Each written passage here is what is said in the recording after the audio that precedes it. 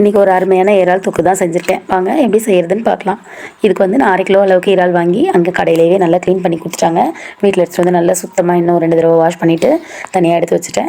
ஒரு கடாய் வச்சு 50 ml அளவுக்கு நல்லெண்ணெய் சேர்த்து 1 ஸ்பூன் கடுகு, 2 கொத்து கருவேப்பிலை, 50 கிராம் அளவுக்கு உரிச்ச பூண்டு, கட் பண்ண சின்ன வெங்காயம் ஒரு 100 கிராம் அளவுக்கு சேர்த்து நல்லா வதக்கிட்டு 100 கிராம் நல்ல பொடியாக கட் பண்ண தக்காளி சேர்த்து அதுக்கு தேவையான இந்த தொக்குக்கு தேவையான அளவுக்கு உப்பு சேர்த்துட்டு 1/2 ஸ்பூன் மஞ்சள் தூள், 2 ஸ்பூன் அளவுக்கு குழம்பு மிளகாத்தூள் சேர்த்து நல்லா இதிலே கலந்து விட்டு பச்சை ஸ்மெல் போகிற வரைக்கும் வதக்கிட்டு 1 டம்ளர் தண்ணி விட்டு கொதிக்க விட்டுடலாம். தண்ணி நல்லா கொதித்து வந்ததுக்கப்புறமா நம்ம க்ளீன் பண்ணி வச்சுருக்க இறால் எடுத்து அது கூட ஒன்றா சேர்த்து ஒரு 2 நிமிஷம் வேக விட்டு எடுத்துக்கலாம்.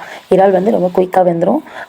ரொம்ப நேரம் வெந்துச்சுன்னா இது ஒரு மாதிரி ரப்பர் மாதிரி ஹார்டாக ஆகிடும். அதனால் பதமான அளவுக்கு வேக வச்சு அதை எடுத்துக்கிட்டால் அதோட டேஸ்ட் ரொம்ப நல்லாயிருக்கும். இப்போ பார்த்திங்கன்னா நம்ம கரெக்டாக வேக வச்சு எடுத்துட்டோம். நல்ல சூப்பரான ஒரு இறால் தொக்கு ரெடி ஆகிடுச்சு. இது டேஸ்ட்டும் ரொம்ப நல்லா இருந்தது. ஒரு சிம்பிளான மெத்தடில் இறால் தொக்கு பண்ணியிருக்கேன். இது பிடிச்சிருந்ததுன்னா நீங்கள் இந்த மாதிரி செஞ்சு பாருங்கள். இந்த வீடியோ பிடிச்சிருந்ததுன்னா ஒரு லைக் பண்ணுங்கள்.